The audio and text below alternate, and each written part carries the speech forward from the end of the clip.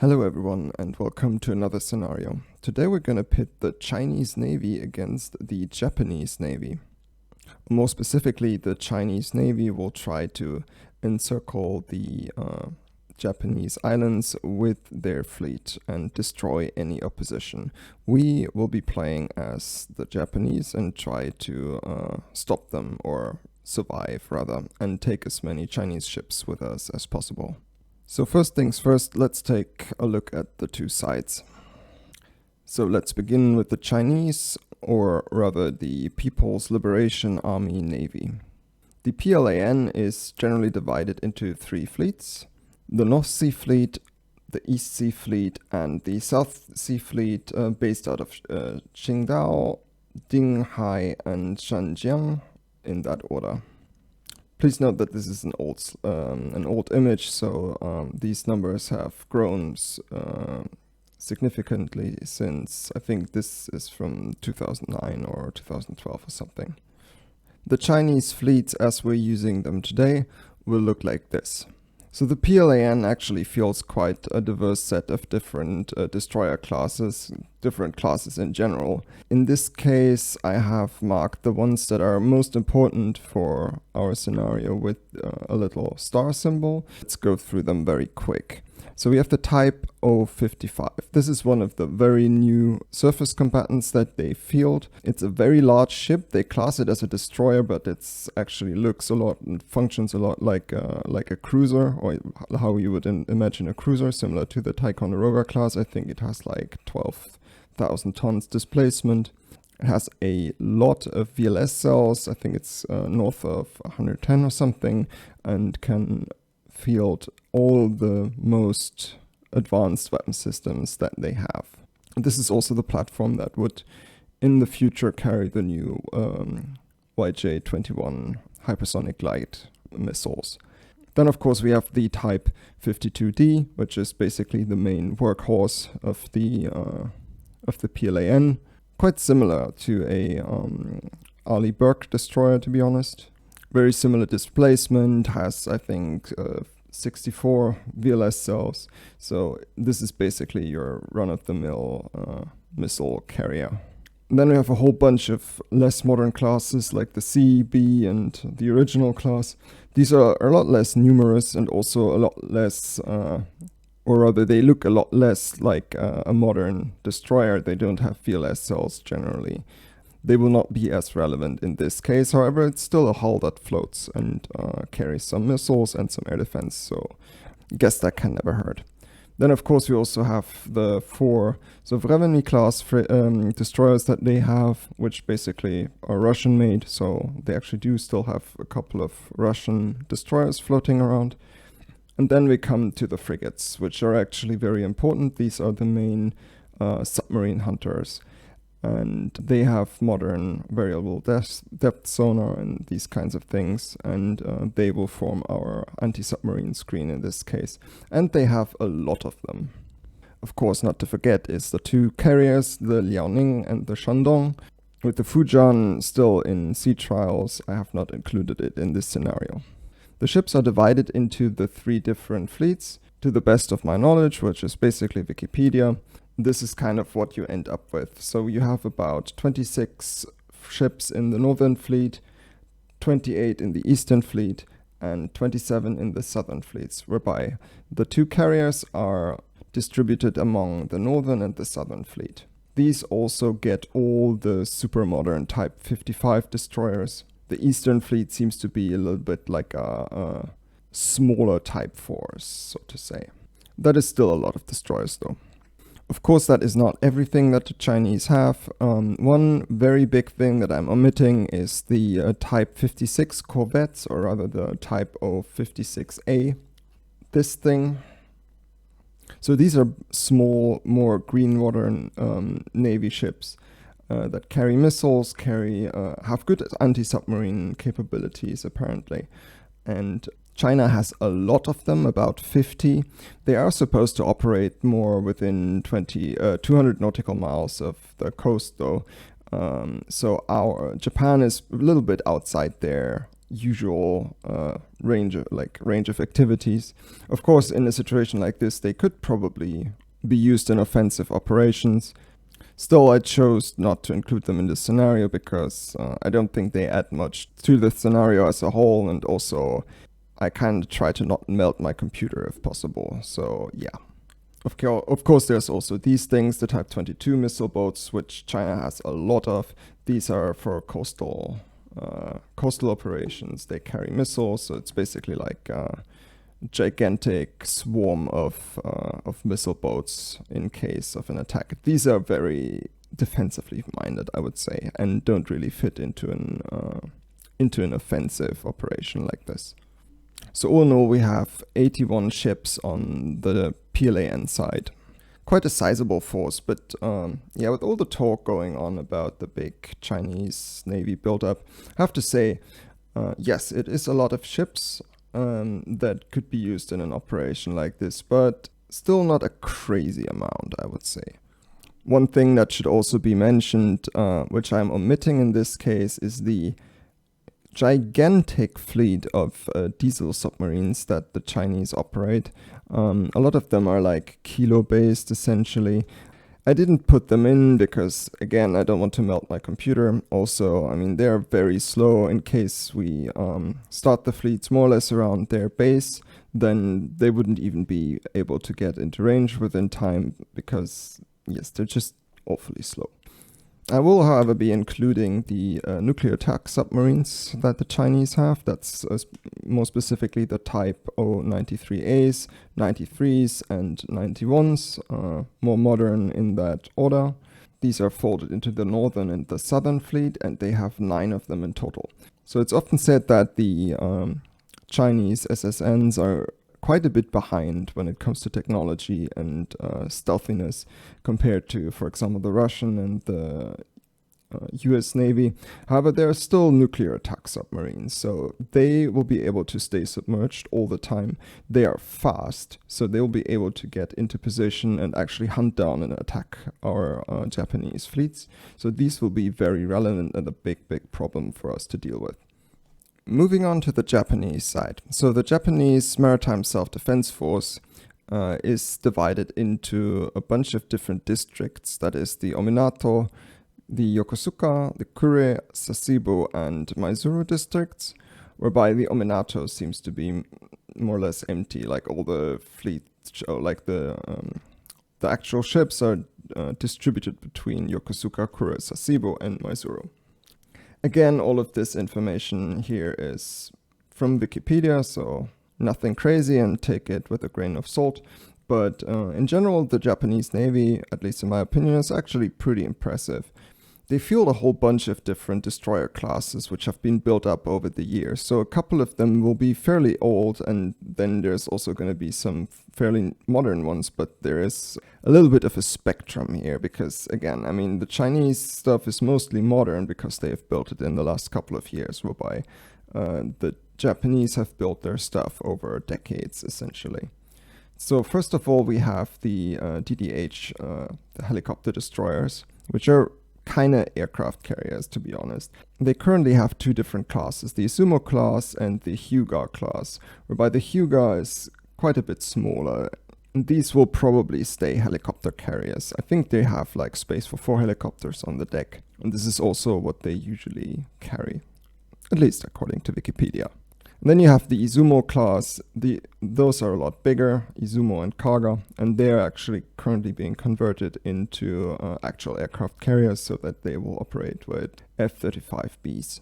So Japan currently doesn't have any F-35Bs, but the Izumo has been rated for operation with the F-35Bs with, I think, some US Marine Corps Lightnings. From what I've heard, they're currently acquiring them. So in this case, we will assume that the Izumo is actually outfitted with the expected complement of 12 F-35Bs. So for the purpose of this scenario, the Japanese will be fielding a single actual small aircraft carrier. Then we have the DDGs, like the what is usually referred to as Aegis destroyers. I find the term a little bit misleading because it actually seems more like these are the ballistic missile defense destroyers of the Japanese Navy. They're generally larger than the other destroyers. They have a good number of VLS cells and carry, among other things, SM-3. So they are part of the Japanese ballistic missile defense.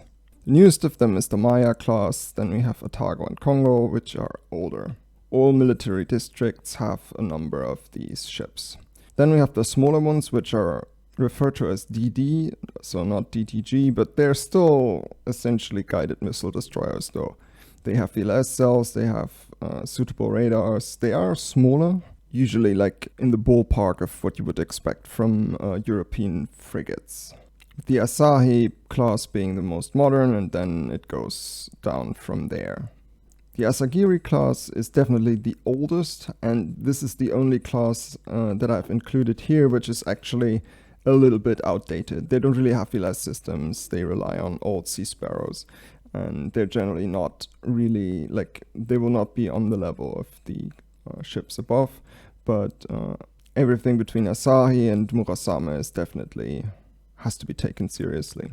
Then we have the Mogami class, which is defined as a frigate, but they are actually going to be the ships that are supposed to replace the Asagiri class.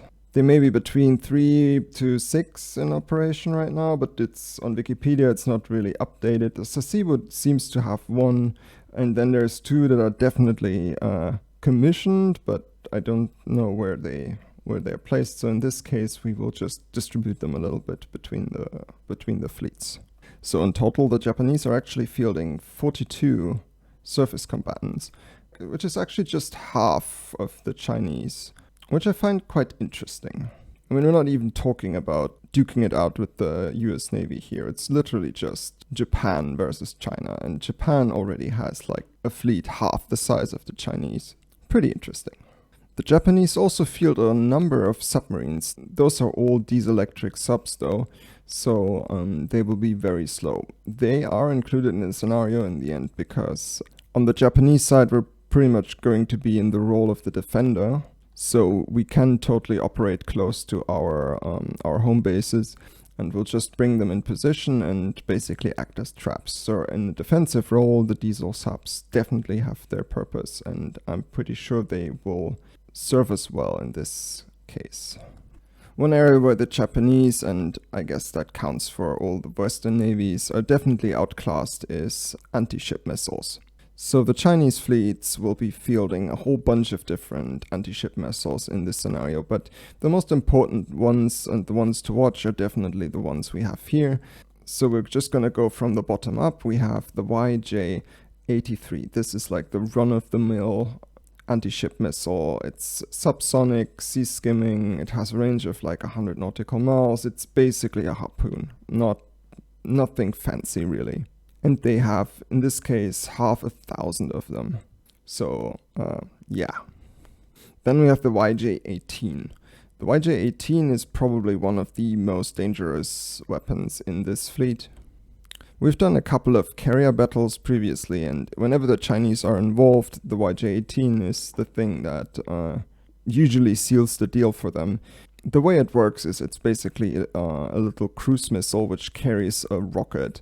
So the air-breathing part is what actually brings the missile to its target. This is why it has such a good range of 290 nautical miles. Once in close proximity to the target, it will release the little rocket part of it, which will then accelerate to, I think, Mach 2 to 3 or something. So they can be defended against, definitely, especially if you have a good number of ESSMs. They have a pretty good, they're pretty reliable at swatting them down, but they are extremely dangerous. If you have a bunch of them, it's difficult not to get leakage. And in this case, the Chinese fleet will be fielding 386 of them. This might actually be a little bit too much because, yeah, these things are probably very expensive. There are no good estimations of like where the stockpile is, but if you've put 300 of them at sea, you probably have more than half of what the Chinese have, I would think. But yes, I'm taking the ships more or less as they come out of the box when you load them in from the database, and in that case we have like over 300 of them, which is fine. We'll see how well we can defend against them. And then we have the YJ-100, very long-range anti-ship missile, but other than that, nothing special. Subsonic, sea skimming, it's 128 of them, and they're all based on the Type 55s. One thing that's notably absent is the YJ-21, which does exist in the game, but it has a little bit of a weird flight profile. I think it's more or less a placeholder at this point. Also, we don't know how many of them are actually available. We don't really know how well they work. There's just not a lot of data about this. So I prefer to go with the safe option, with the YJ-18 as like the naval super weapon. And it does the job fairly well. So I think we're going to be good on this one. So the Japanese actually do have their own portfolio of anti-ship missiles, which will be included on different platforms. Let's see if we can find some of them really quick. So we have the SSM-1B, which is basically a sea skimmer with 18 nautical miles range. So it's not really all that modern. It's basically a harpoon. We have the actual harpoons, of course, and then we have the SSM-2. This one actually has like a little bit of a better range of about 216 nautical miles. Again, it's subsonic, sea skimming, and we don't have a lot of them. I think they're only on the Mogami class at this time, at least for things that come out of the command database. A few things that should be mentioned. So the Japanese also have this really old, or like old-ish destroyer escort class, which is basically a very small, they call it a destroyer, but it's really more like a frigate, I guess. With 2,500 tons displacement, they are like well below, like they're more like a corvette kinda. They also have a whole bunch of these, which is basically a missile boat, kinda similar to the Type 22s. And in this case, we will be including them because they're, again, they're defensive weapons and we're gonna be defending. So I think this is fair, but we'll only have a small number of them. We're gonna have to get them in position. We also have this little patrol group in the north, which again has some missile boats and some of the old Asagiri class destroyers, because they are not really integrated into the, or at least some of them were not integrated into the big fleets. And so it just turned them into a little destroyer patrol. Oh, I think there they are. No, that's actually the destroyer escorts. So here they are. We'll see if we can do something useful with them. They do have harpoons. So, I mean, one thing we're really short on is anti-ship missiles, and these things carry anti-ship missiles. But yeah, when it comes to the missiles, Japan is very definitely outgunned in that regard. So let's take an actual look at the fleets as they are in the game. So we have the Northern Fleet based out of Qingdao. These are divided into the CSG North, the Liaoning, which includes the Liaoning and a whole bunch of destroyers. We will have the frigates as a little screen over here, and they will actually be running active radar and active sonar. We're not going to be concerning ourselves much with stealth in this case. Again, the AI has to do all of it by themselves, so I'd rather have them emitting and not do anything stupid. When it comes to anti-submarine, the Chinese have this Z9D helicopter. It doesn't have sonar buoys, but it does have dipping sonar. And all of the destroyers actually would usually field one of them, but again, this scenario is already pretty full and will be laggy, so I'll have to cut down on the lag a little bit. So the Chinese will have the helicopters. They're only gonna be as like a strike mission when they actually find a submarine. They will have active sonar, which is like, again, the 54A is one of their main submarine hunters. They have a good effective sonar, and they basically form our submarine screen. So since we only have diesel subs to concern ourselves with, we would expect this to be sufficient to detect the submarine before it can get to any of the juicy parts of the fleet. And yeah, we have like around 5 nautical miles to the aircraft carrier, which I guess is fine. So they will be not in torpedo range when they get detected. At least that is the idea. And then we also have the Task Force North over here, which has a few Type 55s and a whole bunch of other destroyers and a frigate screen again. Eastern Fleet, we have the main Eastern Task Force again with a whole bunch of destroyers. They don't have any Type 55s, they only have 52Ds, which is fine, and a huge frigate screen. Second task force for the East is the Russian connection, which surprisingly contains the 4, where are they? There they are, the Project 956 Submarine destroyers and a few indigenous destroyers plus frigate screen. Then we have the Shandong CSG, which is over here. Again, carrier in the middle, destroyers around them, and frigate screen. And then we have the leftovers, which is over here, and they're just 2 Type 55s and escort, essentially, with frigates. The submarines are scattered all around the respective fleets. Once the scenario starts, they will try to make their way to their respective areas of operation, and then they will hunt anything that they can see, basically. One quick word about the air groups. Both the Liaoning and the Shandong are basically Kuznetsov carriers. I have set them up pretty similarly with 24 J-15 Flying Sharks. 8 of them are different versions of anti-air, and then we have our anti-ship missiles and a few anti-radiation missiles over here. They will do a little SEAD operation. The anti-shippers are divided into mostly a patrol mission, which is going to be offensive, and then we have a team of 2 that will basically form a rapid response force. If suddenly something pops up close to the carrier group, they will head out and attack it.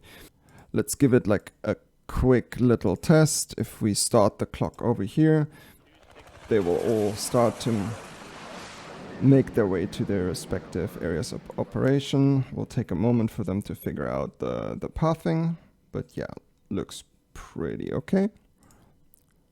If we speed it up, you will see that everything should more or less be moving in the right direction. They're all set to engage opportunity targets.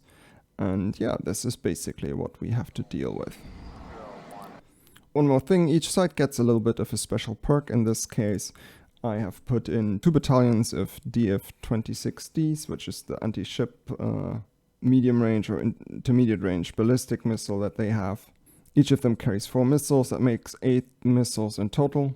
Theoretically, the Japanese should be able to engage them outside the atmosphere with SM-3s. However, the problem is that we don't really have any radars that are suitable for this kind of purpose, so we won't be able to see them, unfortunately. And once we only see them when they're already at like 150 kilometers altitude or something, at which point they cannot be engaged anymore by SM-3s. This is basically what you would need SM-6 for, which the Japanese don't seem to have. I think at the moment the US Navy are the only ones who have SM-6s. So yeah, these things will basically come falling out of the sky, and either they miss or they hit. If they hit, the ship that they were aiming at is basically dead. Let's take a look at the Japanese. So Japanese will be divided into their in their respective districts. We have the Sasebo fleet over here with the Ise. It will feature all the relevant, or like all the destroyers that are supposed to be in that district. The districts that they belong to is basically just what is written on Wikipedia. I don't really know what this means, so why are some of them, like this is supposed to be the Escort Flotilla 1, Yokosuka, but then these 2 squadrons are Yokosuka and Sasebo. In this case, I've just put everything that's Escort Flotilla 1 in this case into Yokosuka and did the same for Sasebo, Maizuru, and Kure. We have the Ise over here, which is a Hyuga class. It will be fielding 4 Seahawk helicopters. Then we have the Maizuru over here with Hyuga. Same thing again, has 4 helicopters and the respective destroyers, and one of the oh no, this one actually doesn't have a Mogami. In this case, the DDG 177 Otago will be the screening ship. Then we have the Task Force Kura with the Kaga, which is in Izumo. In this case, not one that is refitted for F-35s. It will be fielding 7 SH-60K helicopters, and it also has all the destroyers that are supposed to be in this district, including a Mogami frigate. And then we have the big one, the TF Yokosuka with the Izumo. The Izumo is probably our most important ship of all of our fleets. It carries our only carrier-based planes, and these are F-35Bs, so stealth fighters with internal AIM-120C AMRAAMs. They will be our primary offensive air defense, so to say, so they will head out and try to shoot stuff down. Apart from our little patrol groups over here, which I've already highlighted, we have our submarines, which are scattered over here, more or less close to their home ports, which is Kure and Yokosuka. I have taken the liberty to put some of them over here. The submarine squadrons are all supposed to be in Kure and Yokosuka, at least if you believe Wikipedia. We also have a little bit of a radar system, which is distributed across the coast. These are only all the same type. They will not be able to detect ballistic missiles, which is a bummer in this case because it means we can't really defend against the DF-26s. Special asset for the Japanese in this case will be from Atsugi Air Base. We have 6 P-1 maritime patrol aircraft. These are actually an indigenous replacement for the P-3 Orion, and they can carry a whole bunch of different missiles. For the most part, they're supposed to be maritime surveillance and submarine hunters, and we also use them in that function. But they are also one of our only ways to effectively bring missiles to enemy fleets, because they can carry the SM-1C with 100 nautical miles range. Again, not crazy long range, but yeah, we have an airplane to deliver them. We just have to be very careful not to lose the airplanes. We will have 2 more that are readying with 1 day, so in the second day we'll have 2 more. If we happen to lose some of them, we replenish, or if we manage to maintain all 4, then yes, we'll have 6. So yeah, these are basically probably one of the most important assets when it comes to actually shooting missiles. Yeah, so that is basically it. Quite a little bit more complex. Also, it will put a lot of load on the hardware, so we'll see how well that works. In previous tests, it didn't crash, but it slows down a little bit, so I hope it's not going to mess with the recording. Also, I hope it's not going to be too chaotic to keep track of everything. But yeah, I guess that's mostly it, and let's see how it goes. Japan versus the big Chinese offensive. Let's see what happens. Okay, I think that is it. So we're out of the editor into the real game, so we have no more cheating. A few things before we start. We need to figure out the strategy. So first things first, our submarines, they will actually play a big role here, I'm pretty sure. So just to make life a little bit easier, we will actually group them up really quick into, I think 2 groups should be fine.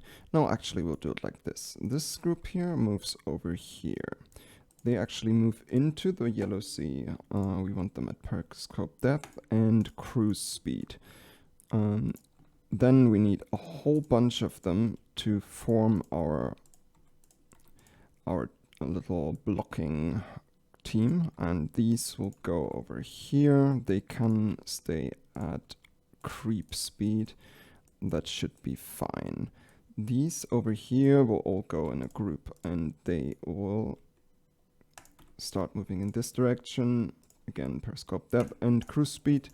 Cruise speed in this case will be like 8 nautical mile, 8 knots or something. So yeah, slow as. Okay, patrol fleets. You guys move over here. Our little destroyer blob, actually, they should just start moving in this direction.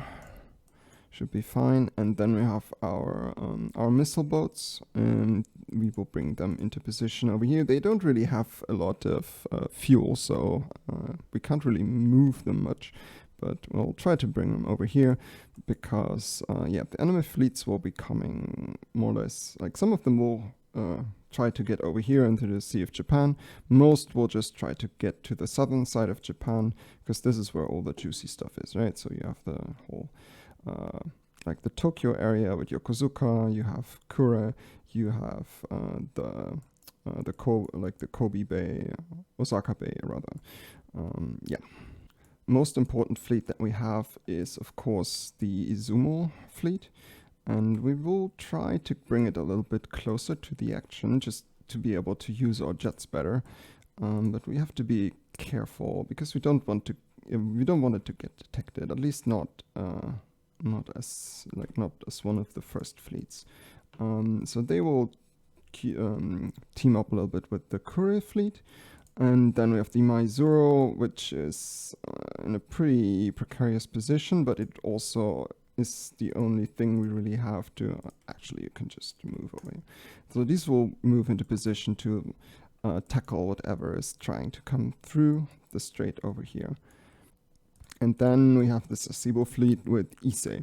So all the tests I've done so far indicate that this fleet actually cannot be saved. It's going to be the first one that gets detected.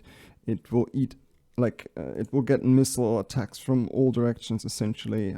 Everything will pile on it, and so far it has always died. No matter if you try to save it and try to get it into the Sea of Japan, or over here, into the wider, in this southern area, it will not be able to get there in time. So what we're actually going to do instead is, we don't really want to get too close to the hostile aircraft carriers, because then our helicopters are going to be useless. But if we move it over here and we do as fast as we can, maybe we can actually put our helicopters to use a little bit. Also, in that case, we have to ready the helicopters. Let's do that really quick. So yeah, they're gonna go ship hunting with Hellfire missiles. Sounds like a great idea, right? Problem, I mean, would be much better if they could carry torpedoes, but all the torpedoes that you can load are just for anti-submarine, so you can't use them against ships. So yeah, Hellfire it is. Okay, but I think that should be it for the moment. Oh, we forgot these little subs over here. Give me a moment. There we go. Okay, let's hit the stop button. So one of the first things we're gonna do is grab all of our P1s and get them into the air, because we want to get as much use out of them as we can possibly get. Also, we will start launching our first group of F-35s, because we need them to scout. Good thing about the F-35 is they have low probability of intercept radar, so we can just go radar active here. Oh, so you really don't want to be radar active. Look, for them we actually want to stay as stealthy as possible. But yeah, with the Lightnings we can just turn our radars on, no problem. No one's gonna see us. They have some crazy... I mean, it's not even crazy. It's pretty... not that difficult, actually. What they do is they just switch channels all the time, and that basically...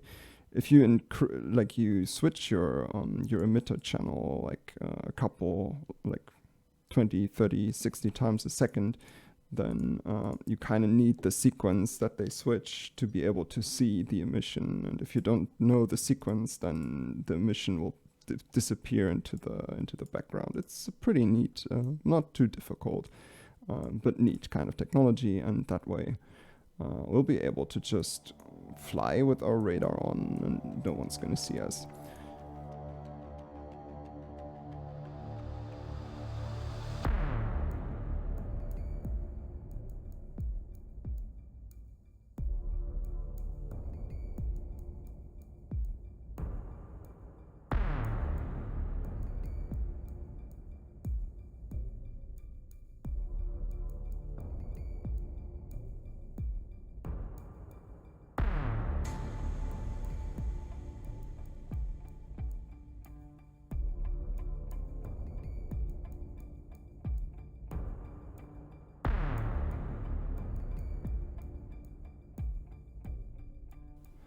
Okay, that should be good.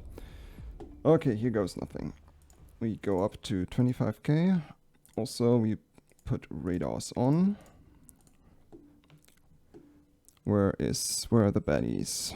Show me the baddies, show me the baddies, show me the baddies. Gonna slowly peek over the horizon here. Still nothing. Okay, there they are. Okay. Oops, that's pretty close. Let's go back down to 1,000. And switch the radar off. Thank you very much. I'll be back down. Okay, what do we have here? Those are a bunch of frigates. Oh, and the Submarine. So this is basically, this is probably like, or definitely the Russian connection fleet.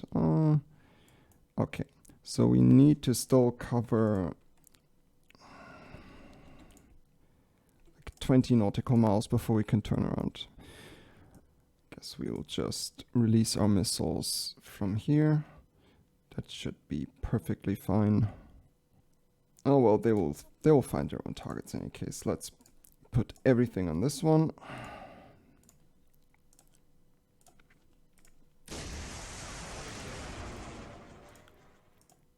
Now it will still take a moment for them to get rid of all of their missiles.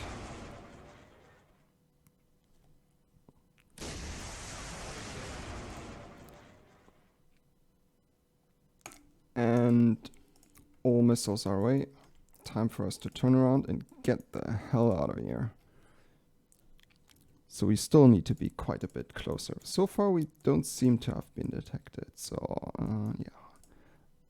Also you guys can switch on your radars and go to loitering speed.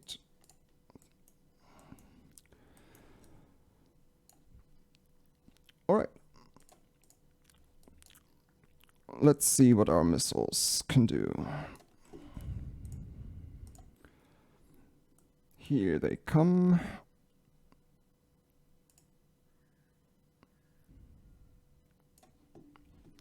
So we will probably be able to see when they get shot down.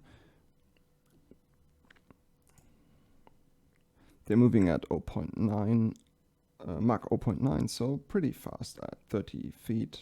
Again, like standard sea skimmer. Like this, just below sonic, like just subsonic seems to be a pretty nice sweet spot. Like all the modern Western missiles try to hit that kind of speed. So yeah, definitely not something you want to have fired at your ship. And they seem to have detected something. They're going somewhere over there. And here come the interceptions. Let's see, can one of them get through maybe? Oops. Something that sounded like a hit.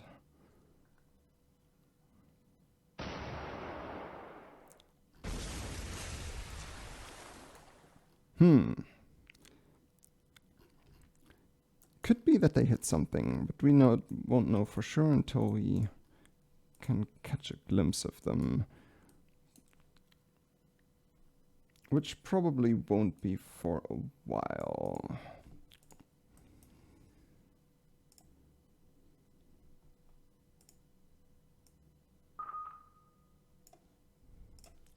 Oh, would you look at that? They actually sent interceptors to get us. But we're long gone. Hopefully. Like, I'll probably stay at low altitude for a while, because if they pick us up, they could probably still catch us. And these things are not exactly fast. Yeah, so this is the helicopter-based AW of the Liaoning task force. Still quite a bit out. They're really slow, so it'll take a while to get over here. Like, I think 15 knots or something. Oh, and we've also been able to detect this one again.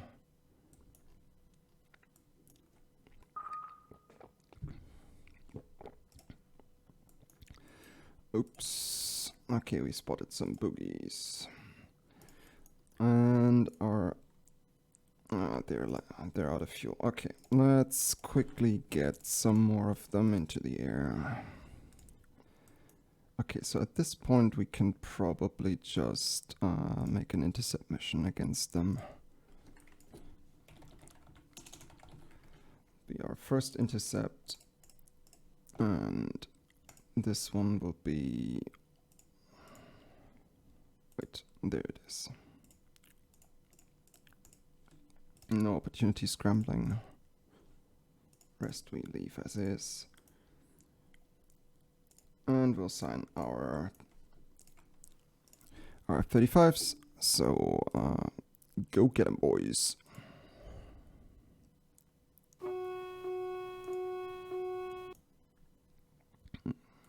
Seems like they're launching anti-ship missiles. Okay, first strike of the day. Let's see. This should be easy. They are like YJ-83s. And they're dead. Question is where... there should be a second group.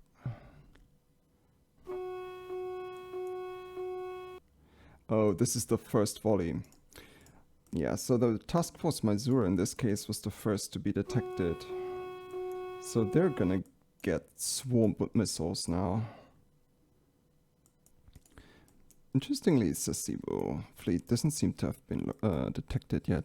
So we're actually gonna be pretty close to the eastern fleets over here. Maybe we'll even be able to use our anti-ship missiles. Let's see if we can make some kills here. There they come. Okay.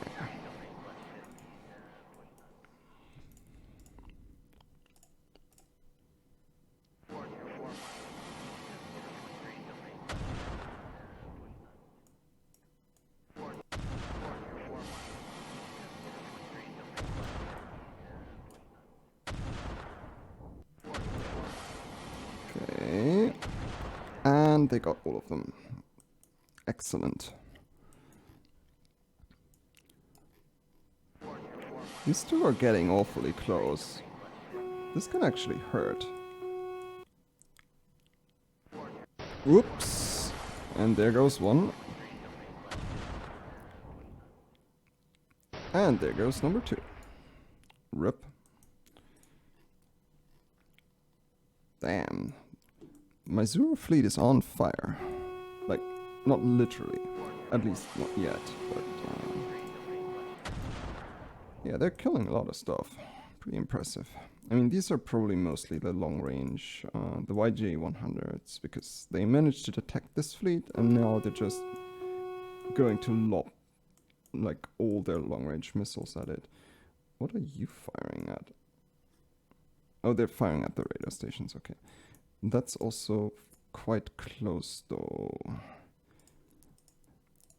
Okay, party time. Oops. Oh, what was that? Oh, that was probably... Oh, damn. That was our carrier. Rip. What the hell was that? It was a DF-26. Okay, so... they managed to hit our... they managed to hit the Hugo. That is unfortunate. And there's more. Yes, they are ballistic missiles. So we detect them at around 270 nautical miles, 270 kilometers altitude. Let's see, can we shoot anything at them? Cannot fire ODA loop limitation, whatever that means.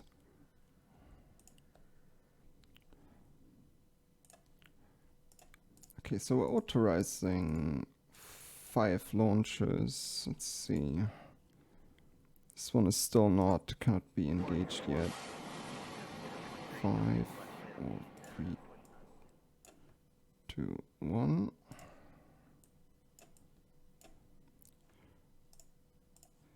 Oh wow, we actually get to use our SM3s.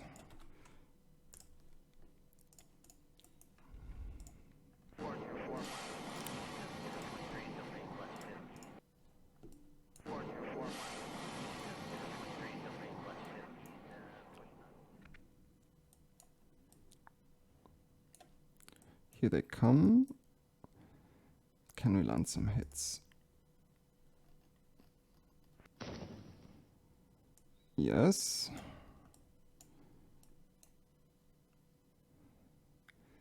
That's not a good angle.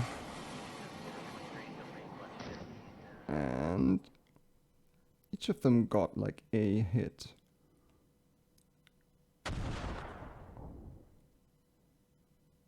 Okay, that was like a weird turn though.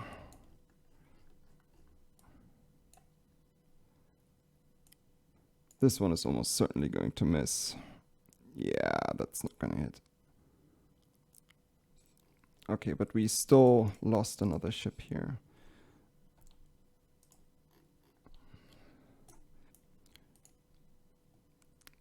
This guy is pretty deep. And he's got SM2s on his tail now. Let's see. Yep, that's gonna be enough to take him out of the picture. There they come. That doesn't look good. And they both missed. Maybe we should start firing at him.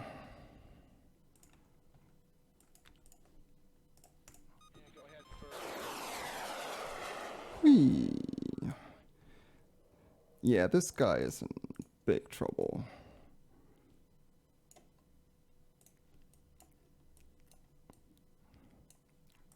Now we just have to hit him. Oh, that guy has a really bad day. Let's see if he can evade both directions. Oh boy, this does not look good.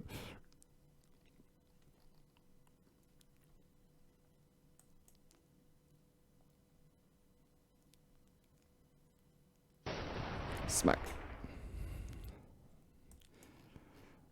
Well, rip him. Question is, what do we do with the Issei? I mean, this time around we could have saved it probably. Pity. But hey, we are in a good position to do some damage.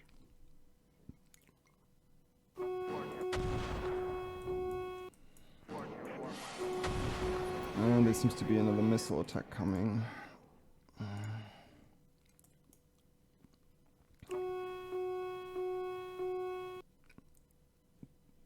The bearing is like they're a little bit off though. It seems like they were shooting at some contacts that are somewhere over here.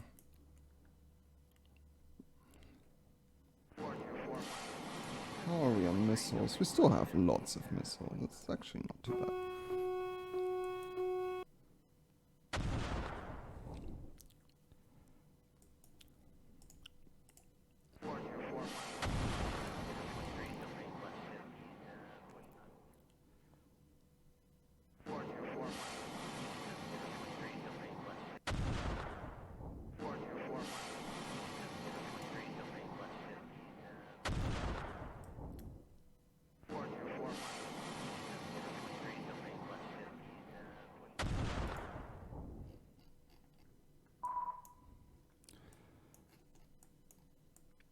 Ooh. Oh, that's awfully close. Yes, there they are. Ooh boy. That is juicy. How far are they? Oh, they're in harpoon range. Oops, and there's another fleet here. Maybe, just maybe turn around.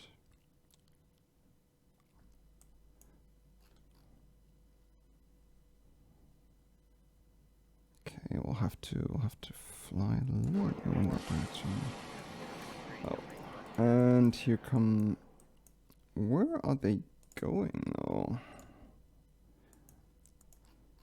Okay, meanwhile.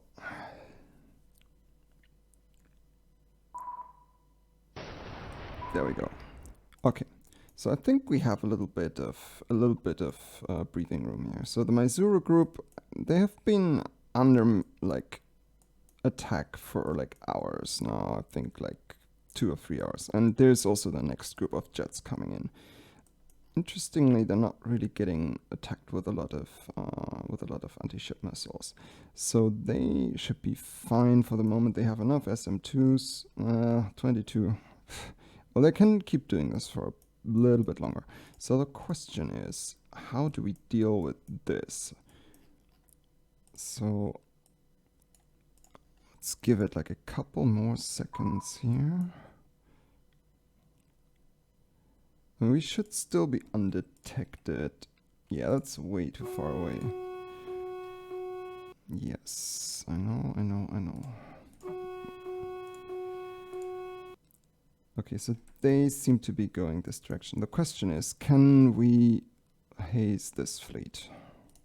I think we can.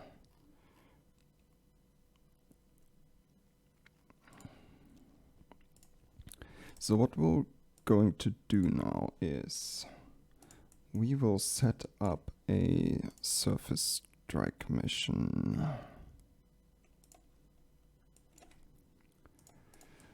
Let's hope that this doesn't go wrong. So we're just going to put all of them into the surface strike mission. Let me do that really quick. And now we'll have a whole swarm of angry helicopters coming after them, while at the same time, where is that alarm coming from? Oh, that's more missiles. No, that's planes. Okay, well, you guys handle that. I'm kind of busy here. Okay, who do we want to kill though? Who do we want to kill? We want to kill this one, kinda.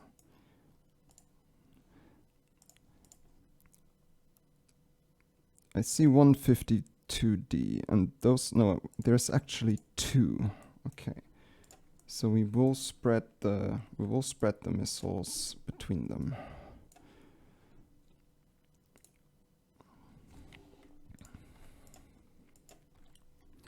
Okay, SSM2s. 4 each. 4 each.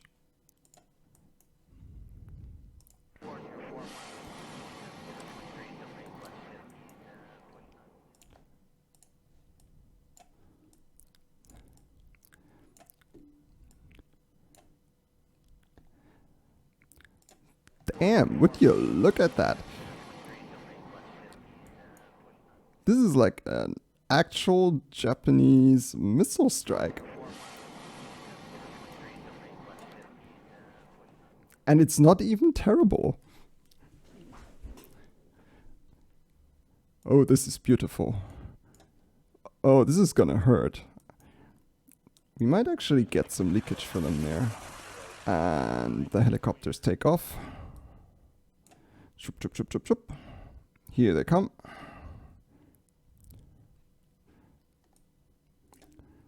All nice and simultaneous.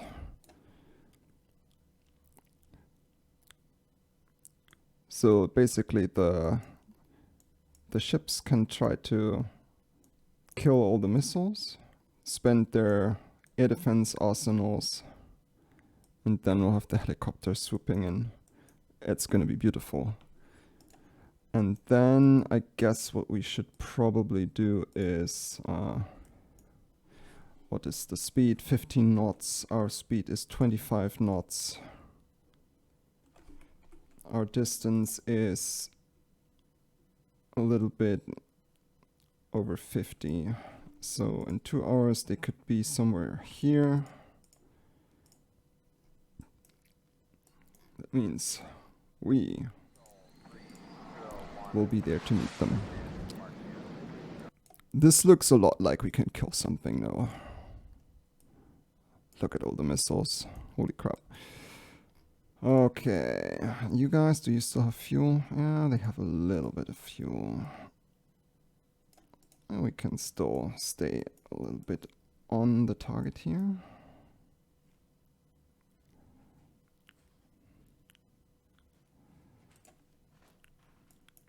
Okay, there we go. Missiles incoming. They have locked onto their targets. Some of them are straying, apparently. Yeah, they seem to have lost their initial target and are now retargeting. That's actually fine. Speed it up a little bit.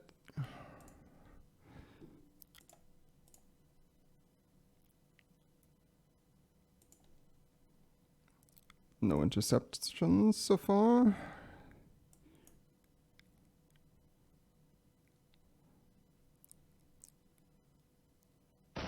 Oh, crap.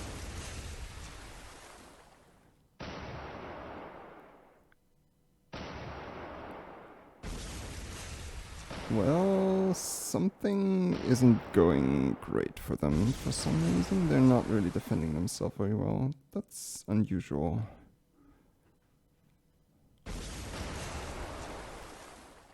Ooh, that's a lot of dead ships.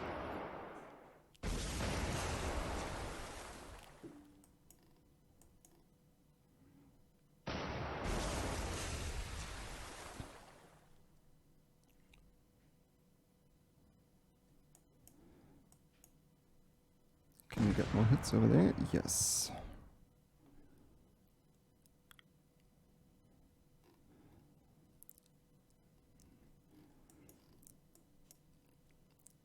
Okay. Maybe we should take a quick look in this direction.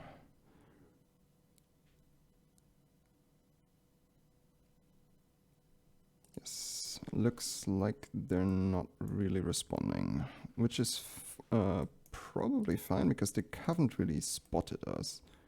For them, it's just missiles coming out of nowhere. Okay, so yeah, you guys should probably head back.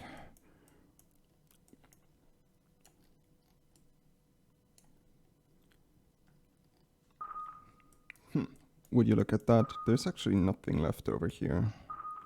So apparently, anti-ship missiles actually got every last one of them. Okay, that's interesting. So, okay, so I guess you guys should all go back to base. Okay, we're in kind of like an interesting situation here now. So,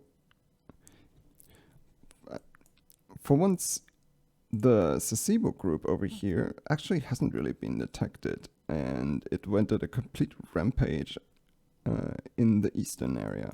But now we're also really out of position over here. At the same time, the Maizuru group took most of the long-range strikes and actually came out of it fine-ish. I mean, the carrier is dead, and I think we also lost at least one more destroyer. But apart from that, it doesn't really look too bad. Let's first we recover all the helicopters, and then I think it makes sense to slowly move our way towards the first island chain and see if we can maybe slip away without being noticed. This fleet is getting awfully close though. Oh crap. Oops. I think this could be a problem. There's fighters incoming. Where are they coming from though? Shandong is pretty far away still. Let's do some radar active and see what this actually is. So they are coming for us. They're probably coming for the helicopters. Someone saw the helicopters.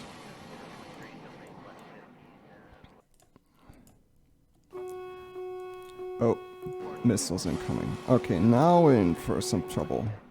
Yes, these are... So this is exactly the problem.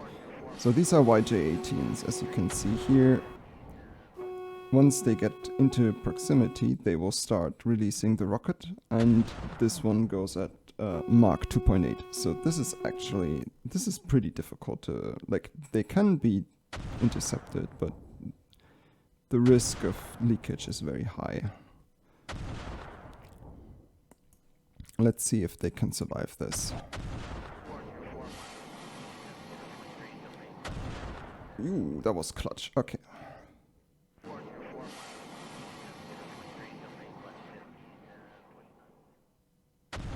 Smack. Alright. Whoa, that one got pretty close. And we also have more incoming from this direction. This is probably gonna be the second Eastern Fleet.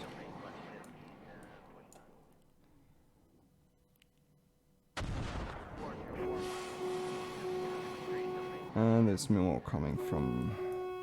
We're getting attacked from two sides now. Ooh, let's hope that we can survive. Until the helicopters are ready again. How are we on missiles?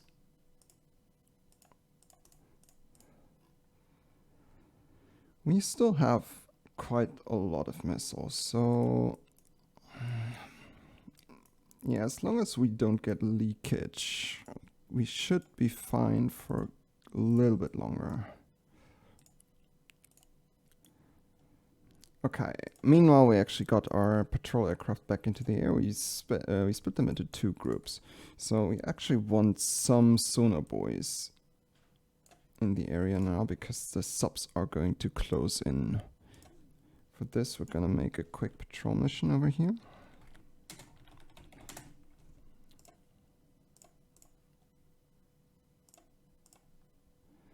This is, wait, this is the one that we want. We want them to stay in the patrol area. We want them to stay at 2,000 feet for the entire stay. And this is actually not relevant for us. We want them to be radar passive. Okay. So now you, my friend, will go into this mission.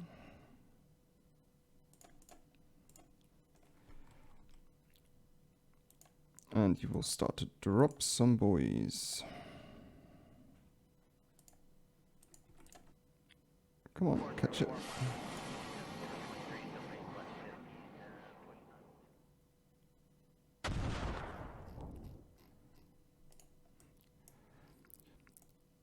Okay, it is now pretty much exactly 1200 hours. Let's take a little look at where we stand. The Maizuru hasn't really come under much attack in the last couple of hours, and they still have 5 ships. So they will be sitting somewhere over here, and maybe at this point, maybe we should probably leave the radars on because, I mean, they have been attacked by planes every now and then. And yeah, the Sasebo is not gonna live.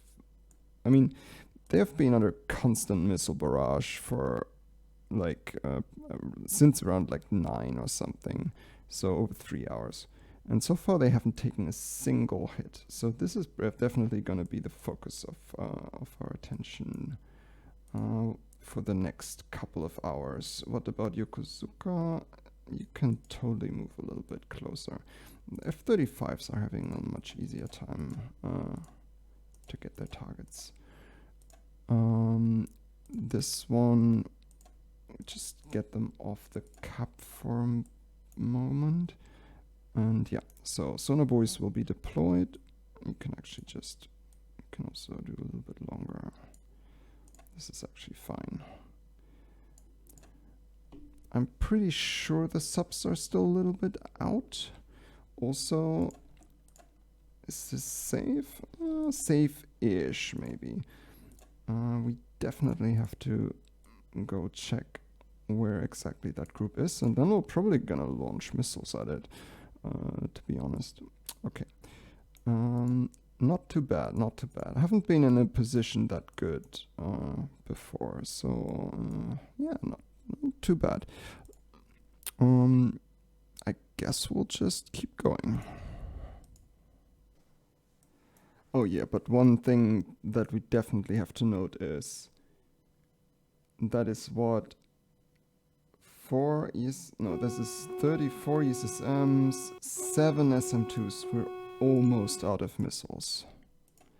Almost out of missiles. Still 20 minutes to go, 8 minutes, 11 minutes. Once they run out of missiles, this is gonna be over fairly quickly.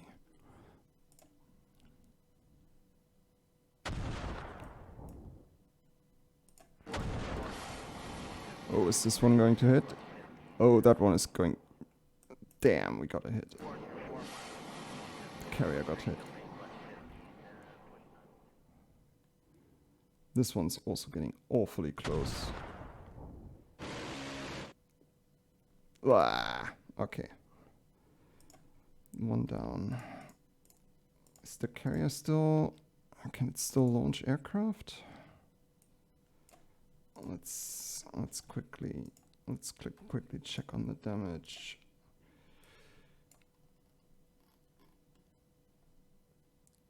Okay, it still seems to be operational. Reduced capacity. Okay. Yeah, this one's... Oh, they actually got it. Okay.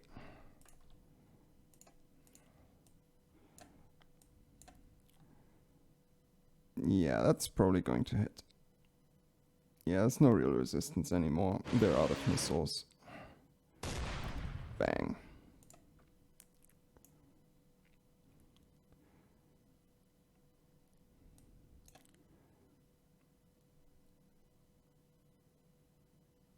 Smash.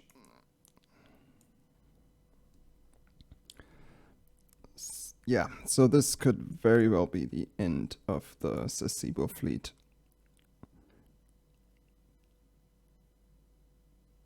Smack.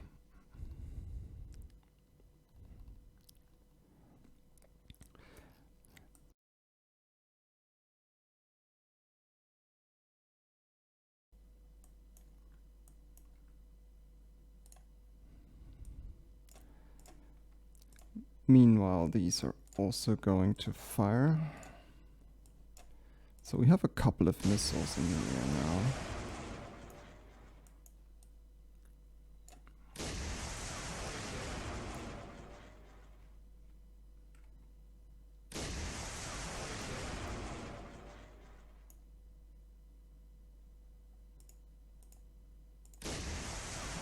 And get out of there. Okay. So, let's see. Can we hit anything?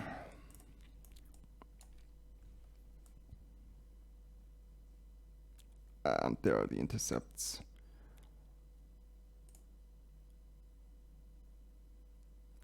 This one's dead, and this one's also dead. Okay, so this is definitely didn't work.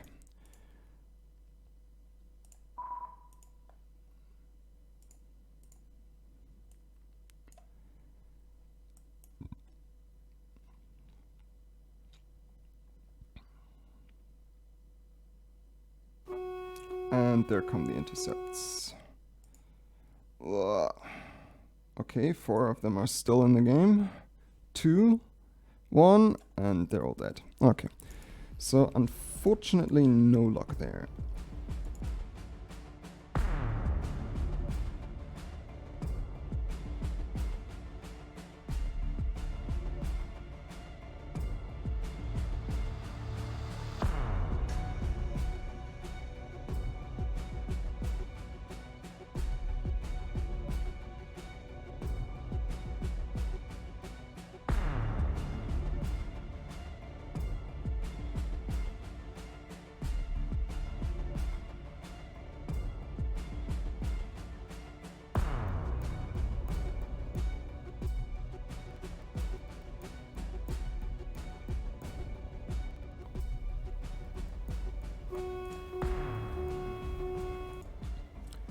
Oops, what was that?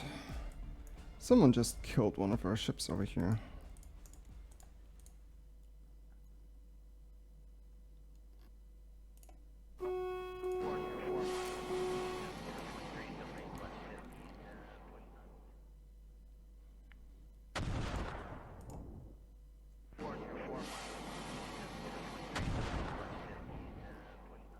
Okay, so far so good.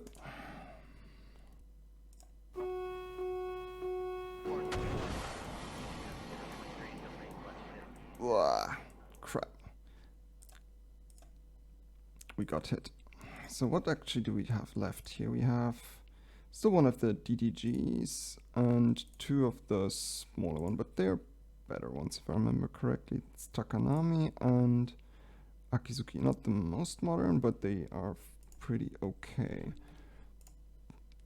And we do still have, we are almost out of missiles though. 15 missiles left. Do we have any chance of, yeah, it's still 22 minutes before we can launch the helicopters. But then again, against something like this, like we're not getting anywhere close. I guess this is probably gonna be it for this fleet.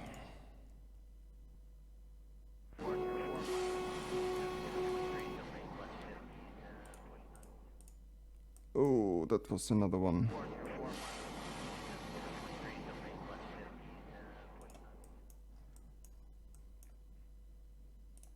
Can we get this one? Yes. Oh, damn. Still pretty good. And there's more missiles incoming.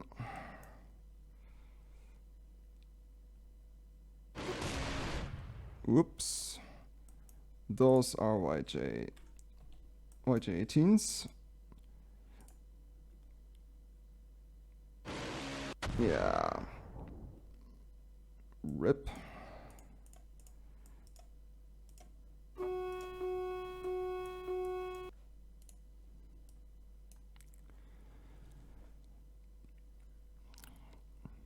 Looks like this is gonna be the end of the Myoko.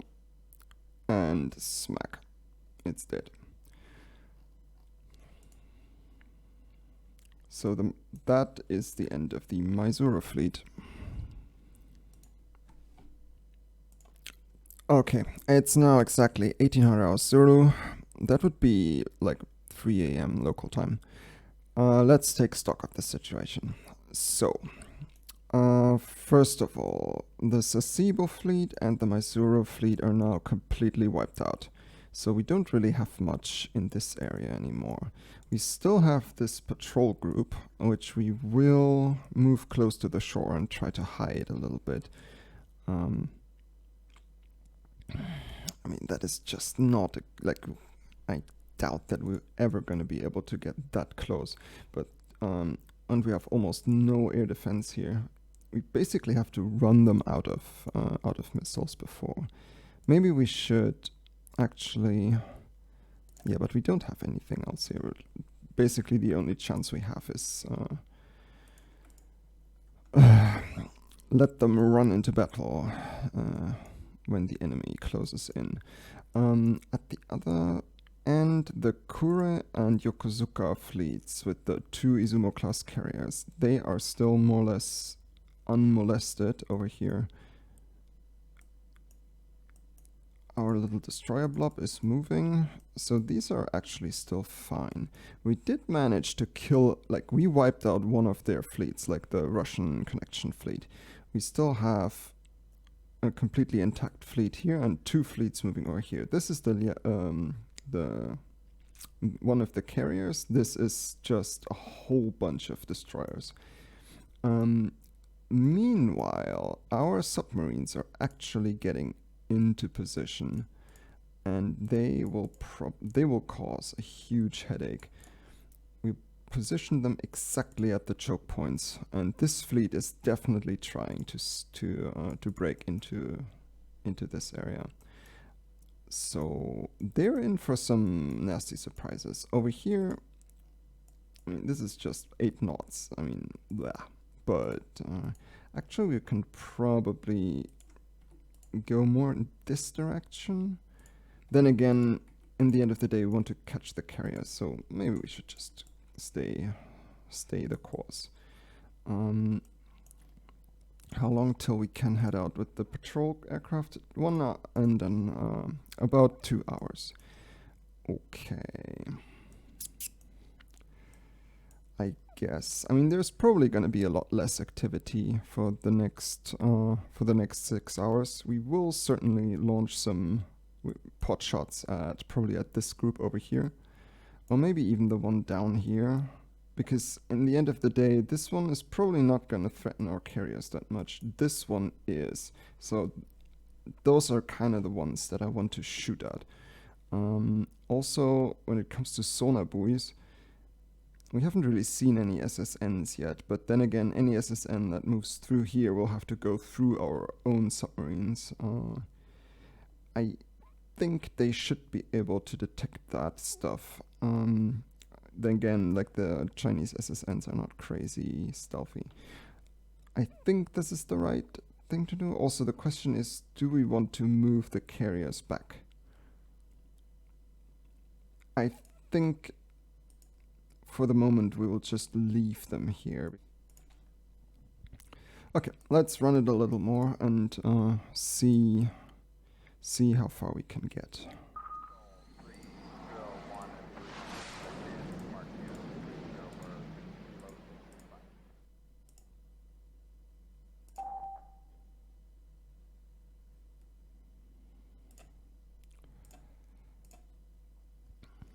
Oh, we got a contact.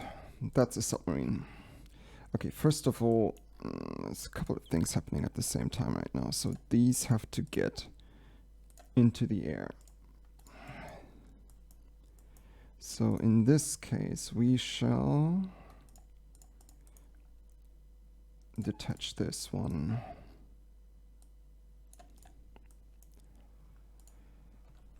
How far is the contact? Oh, it's too far for a helicopter.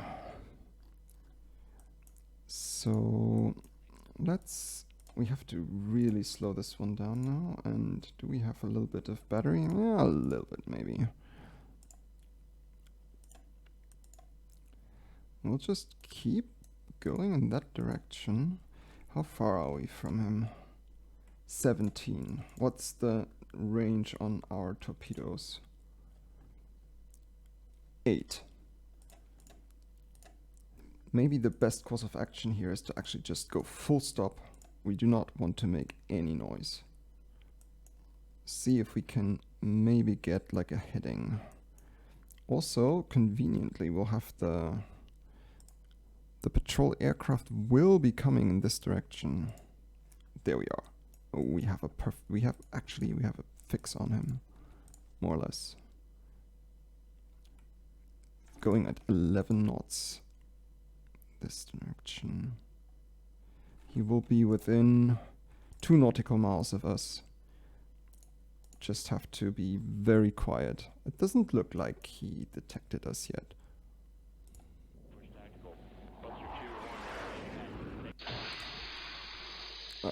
Trigger happy jerks.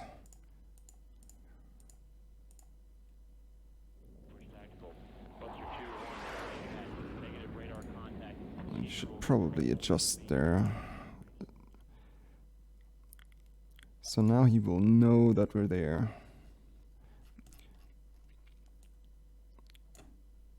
But we also know that he is there. And we have patrol aircraft coming.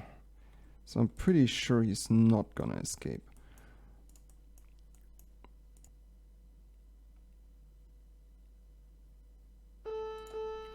Yeah. Torpedoes are launched against us.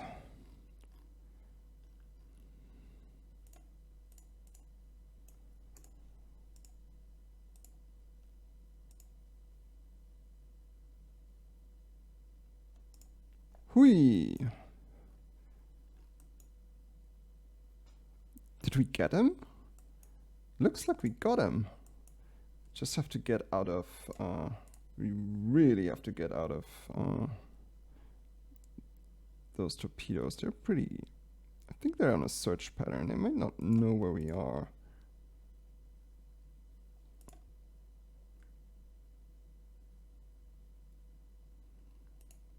Looks like we're good. Damn. So that actually went perfectly. We killed the SSN. I mean, it was probably a little bit lucky. Basically, pot shot in the rough direction and managed to latch on and actually kill it. And the torpedoes it launched against us were not accurate. So, yes, diesel submarine. There you have it. Definitely the way to go.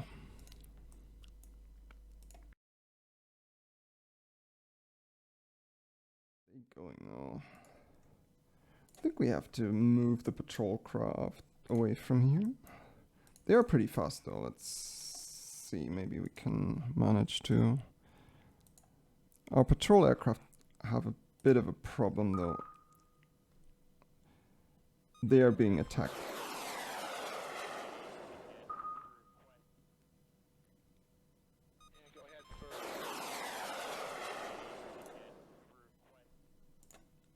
Oh no, they found our patrol ships.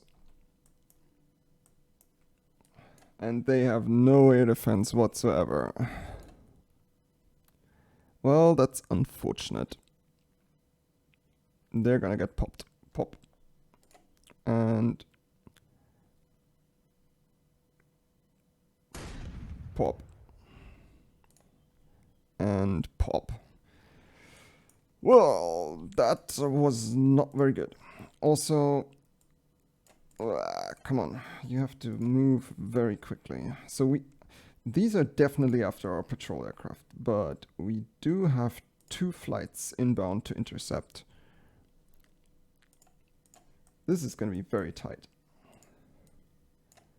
They want a piece of us. There's the targets. These are the P1s, and the targets are somewhere down there. Yes. We're coming from, we have altitude advantage, and there come the missiles. Do we have anything else that's attacking us here? At least I can't see anything. Okay, so these are the 2, and they're already trying to escape.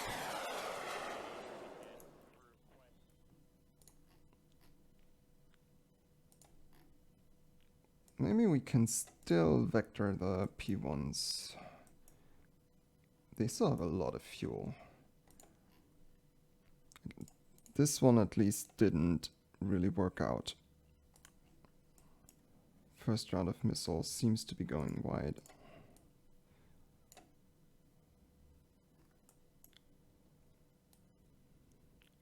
Yeah, come on. Yeah, he notched it.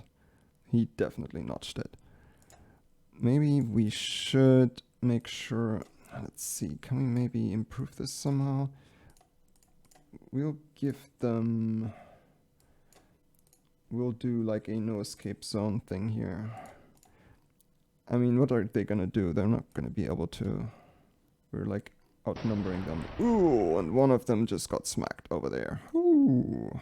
So just 1 left. Come on, get him! Get him! Get him!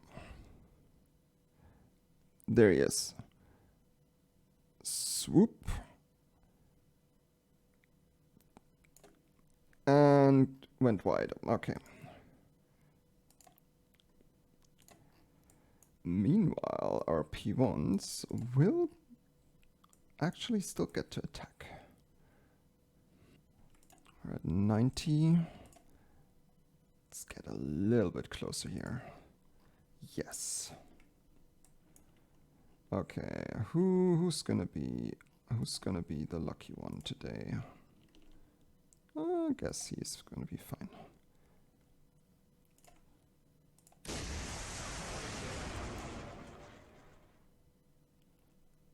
Missiles away. Okay, let's see if we can hit anything.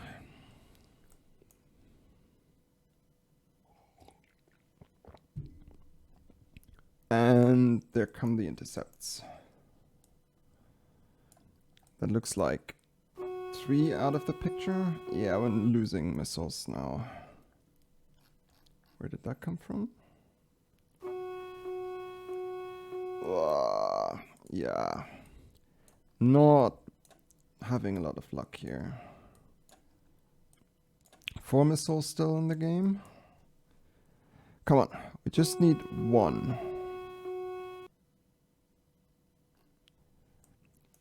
Okay, 3 still in the game, and he locked onto something, and he's dead. And dead.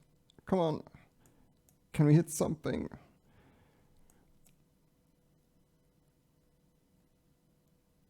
Ugh, okay. So that was not very successful.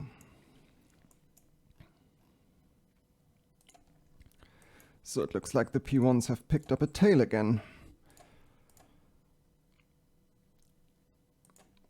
We're going to return them to base now, but these seem to be hunting them. So we have a single group of F-35 still available. So this one is going to intercept this group.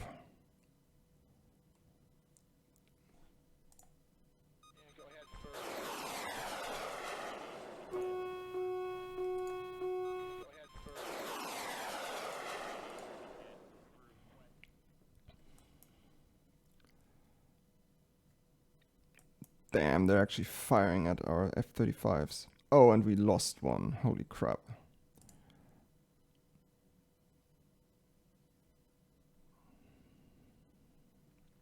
Once the missiles are out, we're gonna just return to base.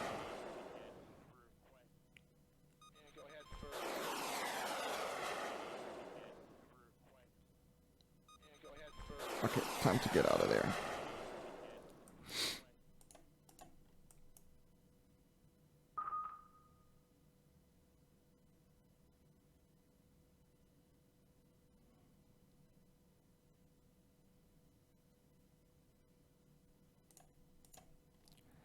Yeah, that's pretty bad. Okay.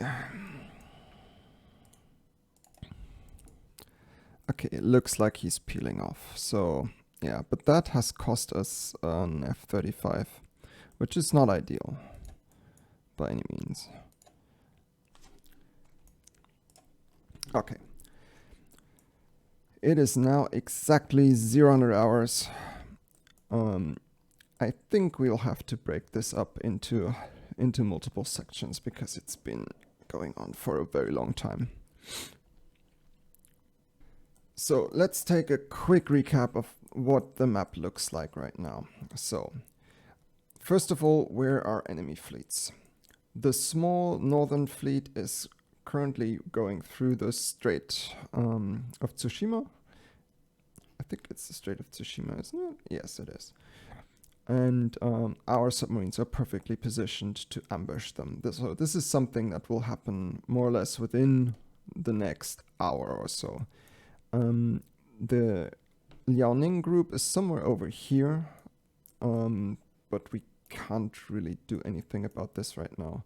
We have found one of the SSNs, which means that most of them are probably going to be in this area by now.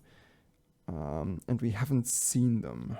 We haven't we haven't really been able to deploy a lot of sonar buoys. And as we've seen with this incident, we can't really move the P1s close to this area without getting intercepted.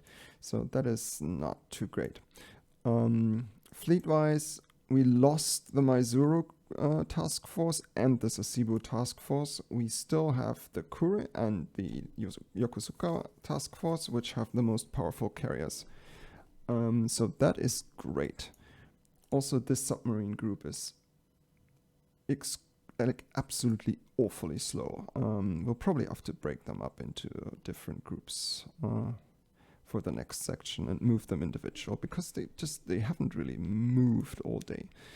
Our little destroyer blob is actually, I think it is undetected for now. Okay, we haven't really seen any of the southern fleets. I'm pretty sure though that we are seeing aircrafts from the southern fleet because this is the stuff that has been annoying us from the southern area all the time and intercepted our P1s. So they are definitely there. We just don't know exactly where. The most immediate problem is going to be this Eastern Fleet, which is still remaining. They will enter the Pacific pretty soon, and they will be very close to the carriers. They're still like 100 nautical miles out before they can really pummel us with missiles. Though we have to be a little bit mindful of this group because they are on the other side of Japan, but they are pretty close, so they can probably take shots at us. So we probably have to move the carriers a little bit so that they stay out of club range essentially. And yeah, so this has to be basically the subs have to pick up the slack here. There's no real way of doing it otherwise. Yeah, so I guess that's it for the first 24 hours. This was a pretty long one. I hope you enjoyed it, and hope to see you for the next one.